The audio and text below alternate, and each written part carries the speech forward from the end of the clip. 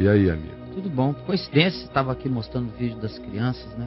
Simplicidade. Tem uma amiga aqui no Facebook que mandou, não foi pelo chat, foi pelo Face dessa vez. Preocupada com essa história de educar o filho fora da igreja. Fora da igreja como? Ela tem medo de sair ela daí. Ela diz fora da agremiação. Igreja sou eu, né? Como é que eu tenho um filho, vou educá-lo fora da igreja se eu sou igreja?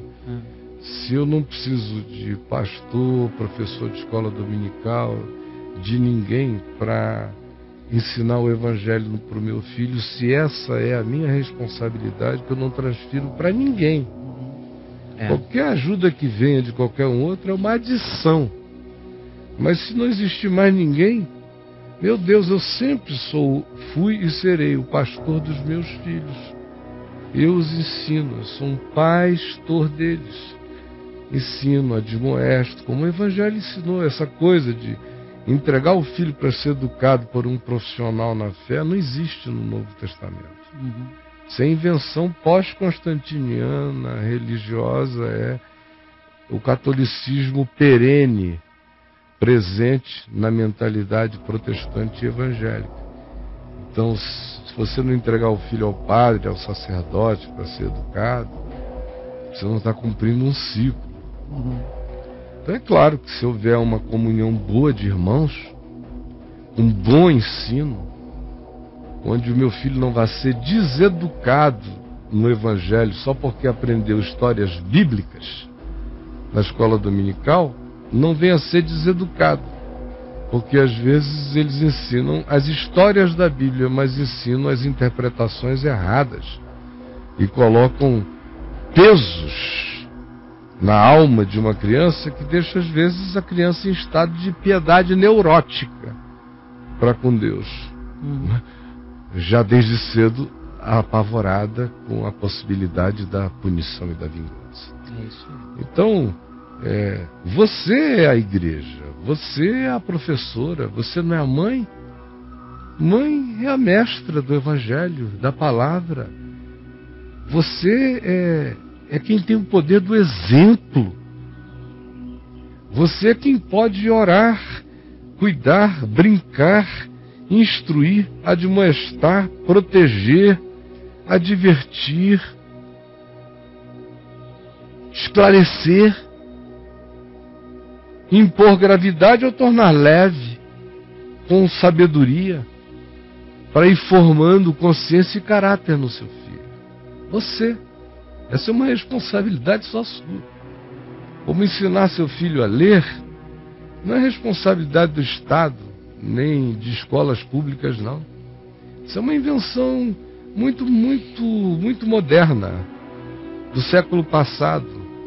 As pessoas que eu ainda conheci, que foram os meus avós e tios para trás, todos eles aprenderam a ler em casa, com o pai, com a mãe, não tinha escola perto.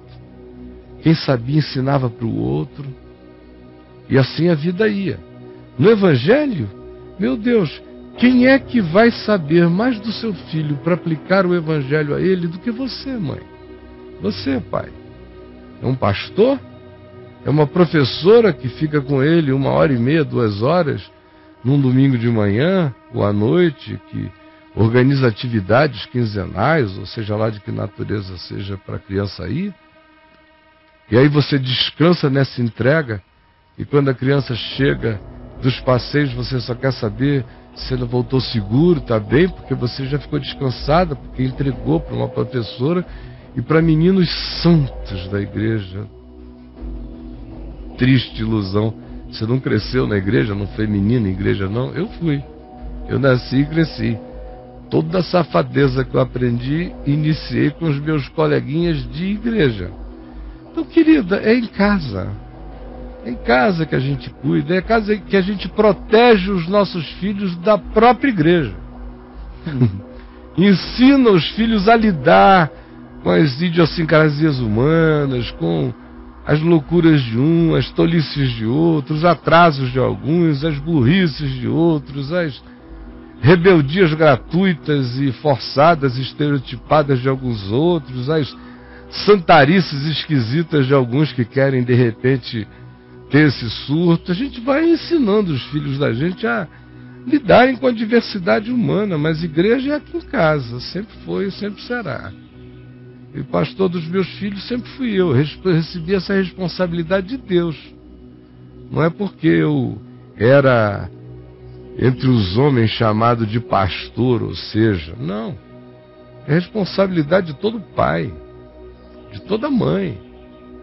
Acabar com esse paganismo, gente, de entregar o filho ao convento, de dizer para o cara ir para o seminário para aprender sobre Deus, ao invés de ensinar a ele a conhecer a palavra, andar em fé e confiança e provar Deus na vida. Se ele quiser ir para o seminário, vá para ficar culto sobre outras coisas, história, doutrina, tudo dos homens, mas não para conhecer Deus. Mesma coisa a escola dominical para criança, tem a sua utilidade. Aprendi coisas boas na escola dominical e aprendi também um monte de bobagem. Só que graças a Deus eu não as guardei, as bobagens.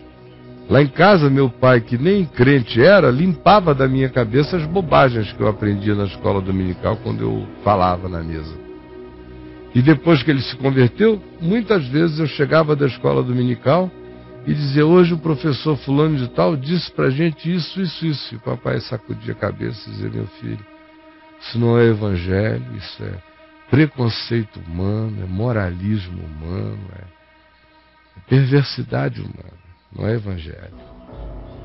Então, se eu não fosse sendo curado dos erros da escola dominical, de um lado eu teria aprendido muita Bíblia, mas ela também não foi responsável por eu aprender Bíblia, foi lá em casa, foi minha mãe velhinha, minha mãe, depois meu pai, meus professores. A escola dominical teve um papelzinho de organizar algumas coisinhas, de me fazer memorizar com mais facilidade quando eu era criança, mas não tenho nenhuma memória marcante da escola dominical. Eu tenho do ensino da minha avó toda noite, dos versículos e textos da Bíblia que ela me fazia decorar, repetir, ria às vezes do meu erro, me ensinava o português na Bíblia. Disso eu tenho, da minha avó, da minha mãe, depois do meu pai, ele ocupando um outro papel antes de se converter, depois de se converter, cobrindo quase tudo, um senhor sacerdotão da casa dele ali, com todo o amor. Então, gente boa de Deus, foi assim desde o princípio. Nós é que vivemos num mundo especializado hoje e vamos nos esquivando dos nossos privilégios, que não são responsabilidades apenas, antes de tudo são privilégios. Não são deveres apenas, também são, mas são privilégios. São oportunidades de passar não a cultura da nossa casa, do nosso pai, da nossa mãe, dos nossos hábitos familiares, das doenças da nossa história familiar, não.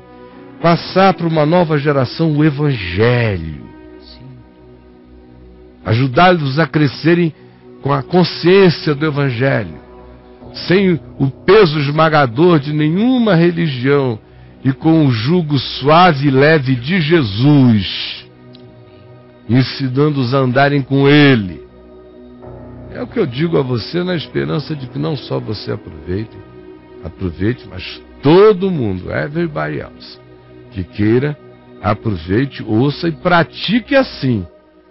Porque essa coisa de dizer, eu estou com medo de não frequentar mais uma igreja, que não sei por que você tem que deixar de frequentá-la, só se ela for um lugar ruim, de ensino ruim, de comunhão que não gera união, só desunião, de perversão, aí que escola dominical vai ser essa? Você só está dizendo que fica preocupada de desanestrar o seu filho, de descondicioná-lo em relação a todo domingo de manhã já acordar para sabendo que vai ter que tomar um banho, se arrumar e ir para aquele lugar.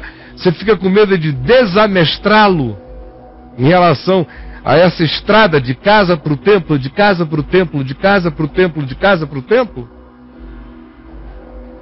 Esse é o medo de muitos pais. Vão até para um lugar ruim só para condicionarem o cara. Me dizem, o lugar não é bom, o ensino não é legal, mas eu tenho medo de que eles desaprendam a roda do hamster. Se for essa a razão, suas motivações são piores ainda.